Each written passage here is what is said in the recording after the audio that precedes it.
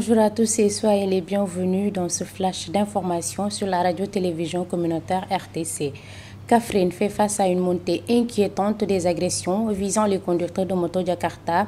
Souvent attaqués la nuit, ces dernières dénoncent l'impunité des malfaiteurs et appellent à des sanctions exemplaires pour mettre fin à l'insécurité. Par ailleurs, ils invitent leurs collègues à plus de prudence. Reportage signé Fatou Sall. Ces derniers temps, une série d'agressions est notée un peu partout dans Kaffrine. Une insécurité vivement déplorée par les conducteurs de moto Jakarta, particulièrement exposés, surtout ceux qui exercent tard dans la nuit. Les conducteurs qui travaillent jusqu'à 2h du matin sont les plus exposés. Il n'y a pas longtemps, pas mal de conducteurs ont été agressés lorsqu'ils transportaient des clients hors de la ville. Certains estiment que les nouveaux conducteurs récemment entrés dans le métier sont les plus exposés à ces agressions. En général, il n'est pas fréquent de voir la moto d'un ancien conducteur volée. Ce sont les nouveaux conducteurs qui subissent ces agressions, car il n'est pas facile de voler les motos des anciens conducteurs. D'après eux, l'absence de sanctions fermes à l'encontre des agresseurs contribue largement à l'aggravation du phénomène. On voit toujours des jeunes qui ont agressé à maintes reprises, mais ils ont été graciés, ce qui aggrave l'insécurité. De plus, cela pousse d'autres jeunes à s'adonner à l'agression, car s'ils le font à plusieurs reprises sans aucune sanction, ils vont attirer leurs camarades. Face à ces agressions récurrentes, les Jakartaman appellent leurs collègues à plus de vigilance et exhortent la justice à servir avec rigueur afin de décourager les malfaiteurs. Fatou Sall, pour prévenir et gérer les conflits entre agriculteurs et éleveurs dans le département d'Mbour, l'organisation Feliok a mis en place un projet impliquant plusieurs acteurs locaux. Des participants ont été formés dans 6 communes, Sandiara, Sessène, Guignène, Tchadjaï, Ndiaganiao et Fissel. Le but est de renforcer les capacités locales afin de mieux sensibiliser les populations à la cohabitation pacifique. Compte rendu signé Pape Kéré. Dans le département de Mbour, les conflits entre agriculteurs et éleveurs sont fréquents, surtout en cette période d'hivernage. Et le plus souvent, les agriculteurs accusent les éleveurs d'être à l'origine. Toujours, ce sont les éleveurs qui divaguent dans les champs. Au retour de Djolof, ils laissent les animaux avec les enfants nuit et jour. Et tu sais, attirer plus de 100 bœufs la nuit avec une lampe torche, c'est du pur tapage.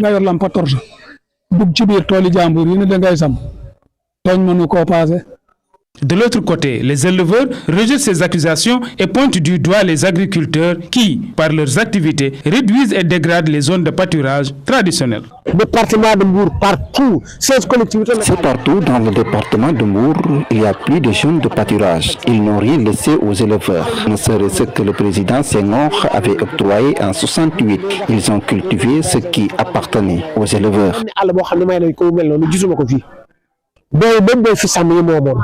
Face à cette situation, l'ONG Feliok de Mbour a mis en place un projet en soutien à la consolidation de la paix et de la cohésion sociale qui mise sur la formation et la sensibilisation. Très souvent, les causes de ce conflit-là sont assez bien connues. Donc, c'est des fois la méconnaissance des textes, mais bien c'est des abus, c'est des comportements qui ne sont pas inappropriés. C'est pourquoi nous pensons qu'il faut sensibiliser, toujours sensibiliser, pour que les gens aient une meilleure appréhension de ces questions-là. Ces conflits entre agriculteurs et éleveurs dégénèrent parfois en situation dramatique. De ce fait, il urge de mettre en place des solutions durables afin de garantir la coexistence des différents acteurs. Pendant ce temps, l'hôpital Matlaboul Fawzeyni de Touba a introduit la radiologie interventionnelle dans son système de prise en charge des patients, une technologie qui ouvre aux populations locales, régionales et de la sous-région l'accès à des soins spécialisés, suivant les précisions du docteur Massamba Choro Sall, qui est le directeur des régionales Matlaboul Fawzeyni, avec Aminata Abdoulaye Watt et Fatou Sall. Ce que la radiologie interventionnelle permet, c'est d'abord de réduire les coûts de traitement. C'est de réduire également la charge de traitement parce que ça va réduire les opérations chirurgicales et c'est une technique qui fait partie des meilleurs que nos radiologues utilisent aujourd'hui au niveau de l'hôpital Matlaboul Fawzeyni. La prouesse se trouve dans le fait que nous sommes la première structure du centre à avoir offert cela.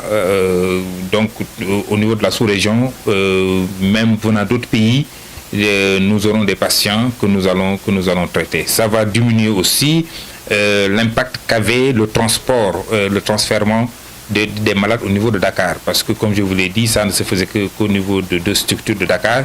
Mais aujourd'hui, grâce à Dieu et à l'abnégation du personnel médical, nous offrons cette intervention ici pour les populations de Touba, pour les populations des autres régions du Sénégal et même de la Sourate. Dans une dynamique de valorisation des parcours des pensionnaires de Dara, un atelier s'est tenu à Koki à l'initiative des anciens élèves de la grande école coranique Moubaraklo.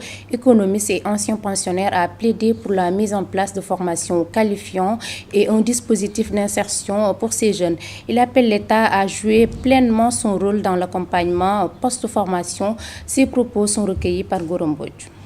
Si Koki réussit, qu'on puisse répliquer le même modèle dans d'autres contrées du Sénégal, dans d'autres Dara, parce que c'est un modèle avec 5000 élèves qui est un peu un microcosme de ce que l'État pourrait faire pour appuyer les Dara et l'enseignement religieux au Sénégal. Parce que le Sénégal aujourd'hui, c'est la formation professionnelle développée de manière exponentielle qui permettrait de réduire le chômage, mais également d'accélérer le développement économique du pays. Que l'État appuie les Dara sérieuses, et leur vienne en appui, pas seulement en argent, c'est important l'argent, il faut les appuyer avec des subventions, mais également avec des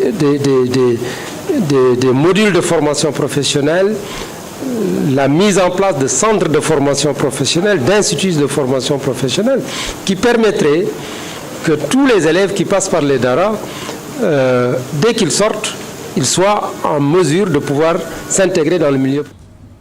Et pour finir, le cheval occupe une place très importante dans la société sénégalaise en raison de son utilité dans diverses activités.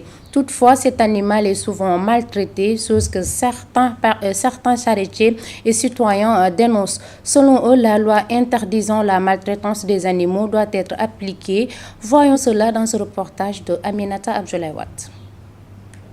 Dakar, les chevaux sont utilisés dans plusieurs activités, notamment le transport de marchandises ou de personnes. Pourtant, beaucoup d'entre eux sont victimes de maltraitance.